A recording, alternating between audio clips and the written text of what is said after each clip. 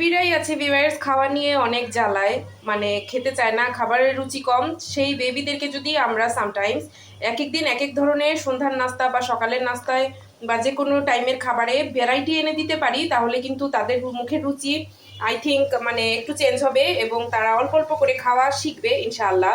আসসালামু আলাইকুম everyone, once again চলে আসলাম আপনাদের সামনে আমার নিউ একটি ব্লগ নিয়ে। আই হোপ সবাই ভালো আছেন। অনেক বেবিরাই আছে যারা কিনা খাবার কম খায়, ওদের রুচি কম, খেতে চায় না। মা সারাদিন পিছন পিছন খাবার নিয়ে মানে দৌড়ানো লাগে একদম, মানে খুব বেশি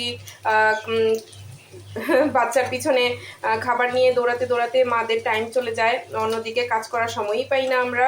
তো অনেকেরই এরকম হয় ভিউয়ার্স। তাদের বাচ্চাদের জন্য বলছি, আপনারা সবাই একটি কাজ করতে পারেন, তাদের মানে বাচ্চাদেরকে প্রতিদিন বিভিন্ন ধরনের খাবার খাইয়ে মুখে রুচি ফিরিয়ে আনার জন্য ট্রাই করতে পারেন। প্রতিদিন একই ধরনের বা এক দুই ধরনের খাবার দেখতে দেখতে খেতে খেতে বাচ্চারা বোরিং হয়ে যায়, তারা খেতে চায় না, তখন তারা বাহিরের খাবারের প্রতি আকৃষ্ট হয়ে যায়। বাহিরের চিপস, চকলেট, জুস এবং প্যাকেটজাত পণ্য থেকে বাচ্চাদেরকে দূরে রাখার ট্রাই করবেন। ওগুলা মুখরোচক খাবার খেলে বাচ্চারা আর ঘরের খাবার খেতে চায় না তখন।